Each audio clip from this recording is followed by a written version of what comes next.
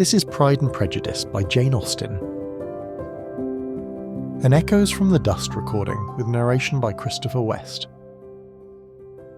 Chapter 52. Elizabeth had the satisfaction of receiving an answer to her letter as soon as she possibly could. She was no sooner in possession of it than, hurrying into the little copse where she was least likely to be interrupted, she sat down on one of the benches and prepared to be happy, for the length of the letter convinced her that it did not contain a denial. Gracechurch Street, September 6th. My dear niece, I've just received your letter and shall devote this whole morning to answering it, as I foresee that a little writing will not comprise what I have to tell you. I must confess myself surprised by your application. I did not expect it from you. Don't think me angry, however, for I only mean to let you know that I had not imagined such inquiries to be necessary on your side. If you do not choose to understand me, forgive my impertinence. Your uncle is as much surprised as I am, and nothing but the belief of your being a party concerned would have allowed him to act as he has done. But if you're really innocent and ignorant, I must be more explicit. On the very day of my coming home from Longbourn, your uncle had a most unexpected visitor. Mr. Darcy called and was shut up with him several hours. It was all over before I arrived, so my curiosity was not so dreadfully racked as yours seems to have been. He came to tell Mr. Gardiner that he had found out where your sister and Mr. Wickham were, and that he had seen and talked with them both, Wickham repeatedly, Lydia once. From what I can collect, he left Derbyshire only one day after ourselves, and came to town with the resolution of hunting for them. The motive professed was his conviction of its being owing to himself that Wickham's worthlessness had not been so well known as to make it impossible for any young woman of character to love or confide in him. He generously imputed the whole to his mistaken pride, and confessed that he had before thought it beneath him to lay his private actions open to the world. His character was to speak for itself. He called it, therefore, his duty to step forward and endeavour to remedy an evil which had been brought on by himself. If he had another motive, I'm sure it would never disgrace him. He had been some days in town before he was able to discover them, but he had something to direct his search, which was more than we had, and the consciousness of this was another reason for his resolving to follow us. There is a lady, it seems, a Mrs. Young, who was some time ago governess to Miss Darcy, and was dismissed from her charge on some cause of disapprobation, though he did not say what. She then took a large house in Edward Street, and has since maintained herself by letting lodgings. This Mrs. Young was, he knew, intimately acquainted with Wickham, and he went to her for intelligence of him as soon as he got to town. But it was 2 or 3 days before he could get from her what he wanted. She would not betray her trust, I suppose, without bribery and corruption, for she really did know where her friend was to be found. Wickham, indeed, had gone to her on their first arrival in London, and had she been able to receive them into her house, they would have taken up their abode with her. At length, however, our kind friend procured the wished-for direction. They were in Street. He saw Wickham, and afterwards insisted on seeing Lydia. His first object with her, he acknowledged, had been to persuade her to quit her present disgraceful situation, and return to her friends as soon as they could be prevailed on to receive her, offering his assistance as far as it would go. But he found Lydia absolutely resolved on remaining where she was. She cared for none of her friends, she wanted no help of his, she would not hear of leaving Wickham. She was sure they should be married some time or other, and it did not much signify when. Since such were her feelings, it only remained, he thought, to secure and expedite a marriage, which in his very first conversation with Wickham he easily learnt had never been his design. He confessed himself obliged to leave the regiment on account of some debts of honour which were very pressing, and scrupled not to lay all the ill consequences of Lydia's flight on her own folly alone. He meant to resign his commission immediately, and as to his future situation, he could conjecture very little about it. He must go somewhere, but he did not know where, and he knew he should have nothing to live on.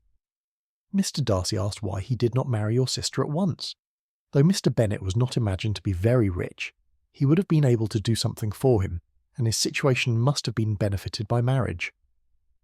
But he found, in reply to this question, that Wickham still cherished the hope of more effectually making his fortune by marriage in some other country. Under such circumstances, however, he was not likely to be proof against the temptation of the immediate relief. They met several times, for there was much to be discussed. Wickham, of course, wanted more than he could get, but at length was reduced to be reasonable. Everything being settled between them, Mr. Darcy's next step was to make your uncle acquainted with it, and he first called in Gracechurch Street the evening before I came home. But Mr. Gardiner could not be seen, and Mr. Darcy found, on further inquiry, that your father was still with him, but would quit town the next morning.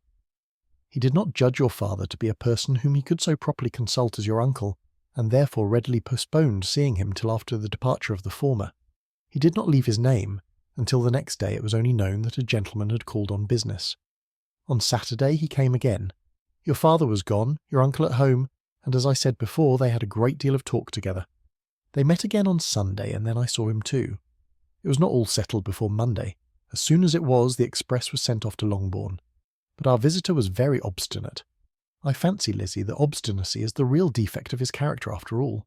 He has been accused of many faults at different times, but this is the true one. Nothing was to be done that he did not do himself. Though I am sure, and I do not speak it to be thanked, therefore say nothing about it, your uncle would most readily have settled the whole. They battled it together for a long time, which was more than either the gentleman or lady concerned in it deserved. But at last your uncle was forced to yield, and instead of being allowed to be of use to his niece, was forced to put up with only having the probable credit of it, which went sorely against the grain, and I really believe your letter this morning gave him great pleasure, because it required an explanation that would rob him of his borrowed feathers, and give the praise where it was due. But, Lizzie, this must go no further than yourself, or Jane at most. You know pretty well, I suppose, what has been done for the young people. His debts are to be paid, amounting, I believe, to considerably more than £1,000, another 1,000 in addition to her own settled upon her, and his commission purchased. The reason why all this was to be done by him alone was such as I have given above. It was owing to him, to his reserve and want of proper consideration, that Wickham's character had been so misunderstood, and consequently that he had been received and noticed as he was. Perhaps there was some truth in this, though I doubt whether his reserve, or anybody's reserve, can be answerable for the event. But in spite of all this fine talking, my dear Lizzie, you may rest perfectly assured that your uncle would never have yielded, if we had not given him credit for another interest in the affair. When all this was resolved on, he returned again to his friends, who were still staying at Pemberley.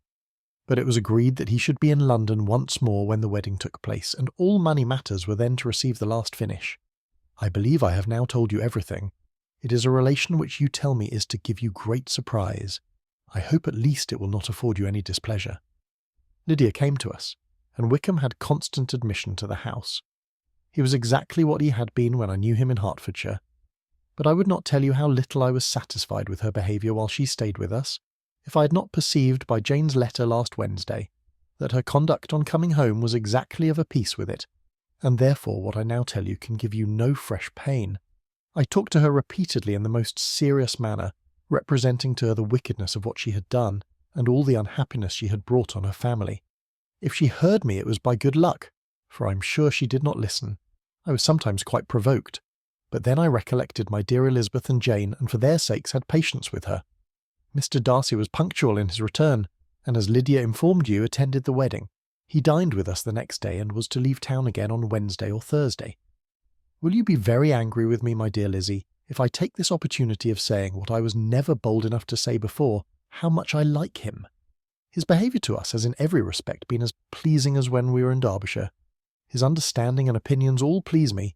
He wants nothing but a little more liveliness, and that, if he marry prudently, his wife may teach him. I thought him very sly. He hardly ever mentioned your name, but slyness seems the fashion. Pray forgive me if I have been very presuming, or at least do not punish me so far as to exclude me from P. I shall never be quite happy till I have been all round the park. A low phaeton with a nice little pair of ponies would be the very thing. But I must write no more. The children have been wanting me this half hour. Yours very sincerely, M. Gardiner. The contents of this letter threw Elizabeth into a flutter of spirits, in which it was difficult to determine whether pleasure or pain bore the greatest share. The vague and unsettled suspicions which uncertainty had produced of what Mr. Darcy might have been doing to forward her sister's match, which she had feared to encourage as an exertion of goodness too great to be probable, and at the same time dreaded to be just, from the pain of obligation, were proved beyond their greatest extent to be true. He had followed them purposely to town. He had taken on himself all the trouble and mortification attendant on such a research, in which supplication had been necessary to a woman whom he must abominate and despise, and where he was reduced to frequently meet, reason with, persuade, and finally bribe the man whom he always most wished to avoid, and whose very name it was punishment to him to pronounce. He had done all this for a girl whom he could neither regard nor esteem. Her heart did whisper that he had done it for her, but it was a hope shortly checked by other considerations, and she soon felt that even her vanity was insufficient, when required to depend on his affection for her, for a woman who had already refused him, as able to overcome a sentiment so natural as abhorrence against relationship with Wickham, brother-in-law of Wickham. Every kind of pride must revolt from the connection. He had, to be sure, done much. She was ashamed to think how much. But he had given a reason for his interference, which asked no extraordinary stretch of belief. It was reasonable that he should feel he had been wrong. He had liberality, and he had the means of exercising it. And though she would not place herself as his principal inducement, she could perhaps believe that remaining partiality for her might assist his endeavours in a cause where her peace of mind must be materially concerned. It was painful, exceedingly painful, to know that they were under obligations to a person who could never receive a return. They owed the restoration of Lydia, her character, everything to him. Oh, how heartily did she grieve over every ungracious sensation she had ever encouraged, every saucy speech she had ever directed towards him. For herself she was humbled, but she was proud of him, proud that in a cause of compassion and honour he'd been able to get the better of himself. She read over her aunt's commendation of him again and again. It was hardly enough, but it pleased her. She was even sensible of some pleasure, though mixed with regret, on finding how steadfastly both she and her uncle had been persuaded that affection and confidence subsisted between Mr. Darcy and herself. She was roused from her seat and her reflections by someone's approach, and before she could strike into another path she was overtaken by Wickham. "I'm afraid I interrupt your solitary ramble, my dear sister," said he, as he joined her. "You certainly do," she replied with a smile, "but it does not follow that the interruption must be unwelcome. I should be sorry indeed if it were. We were always good friends, and now we're better. True. Are the others coming out?" "I do not know. Mrs. Bennet and Lydia are going in the carriage to Meryton, and so, my dear sister, I find from our uncle and aunt that you have actually seen Pemberley," she replied in the affirmative. "I almost envy you the pleasure, and yet I believe it would be too much for me, or else I could take it in my way to Newcastle. And you saw the old housekeeper, I suppose? Poor Reynolds, she was always very fond of me. But of course she did not mention my name to you." "Yes, she did." "And what did she say?" "That you were gone into the army, and she was afraid had not turned out well. At such a distance as that, you know, things are strangely misrepresented." "Certainly," he replied, biting his lips. Elizabeth hoped she had silenced him, but he soon afterwards said, "I was surprised to see Darcy in town last month. We passed each other several times. I wonder what he can be doing there." "Perhaps preparing for his marriage with Mr. Bourg," said Elizabeth. "It must be something particular to take him there at this time of year." "Undoubtedly. Did you see him while you were at Lambton? I thought I understood from the gardeners that you had." "Yes, he introduced us to his sister." "And do you like her?" "Very much. I have heard indeed that she's uncommonly improved within this year or two. When I last saw her she was not very promising. I'm very glad you liked her. I hope she will turn out well." "I dare say she will. She's got over the most trying age." "Did you go by the village of Kimpton?" "I do not recollect that we did. I mention it because it is the living which I ought to have had. A most delightful place. Excellent parsonage house. It would have suited me in every respect." "How should you have liked making sermons?" "Exceedingly well. I should have considered it as part of my duty, and the exertion would soon have been nothing. One ought not to repine, but to be sure it would have been such a thing for me. The quiet, the retirement of such life would have answered all my ideas of happiness. But it was not to be. Did you ever hear Darcy mention the circumstance when you were in Kent?" "I've heard from authority, which I thought was good, that it was left you conditionally only, and at the will of the present patron." "You have?" "Yes, there was something in that. I told you so from the first, you may remember. I did hear too that there was a time when sermon-making was not so palatable to you as it seems to be at present, that you actually declared your resolution of never taking orders, and that the business had been compromised accordingly." "You did, and it was not wholly without foundation. You may remember what I told you on that point, when first we talked of it." They were now almost at the door of the house. for she had walked fast to get rid of him, and unwilling, for her sister's sake, to provoke him, she only said in reply, with a good-humoured smile, "Come, Mr. Wickham, we are brother and sister, you know. Do not let us quarrel about the past. In future I hope we shall be always of one mind." She held out her hand. He kissed it with affectionate gallantry, though he hardly knew how to look, and they entered the house. This is Pride and Prejudice by Jane Austen. An Echoes from the Dust recording with narration by Christopher West and music by Cody Martin. If you're enjoying this audiobook and would like to see more, please consider liking and subscribing, or explore our catalogue celebrating classical literature through unique, book-inspired retail items at echoesfromthedust.com, link in the description.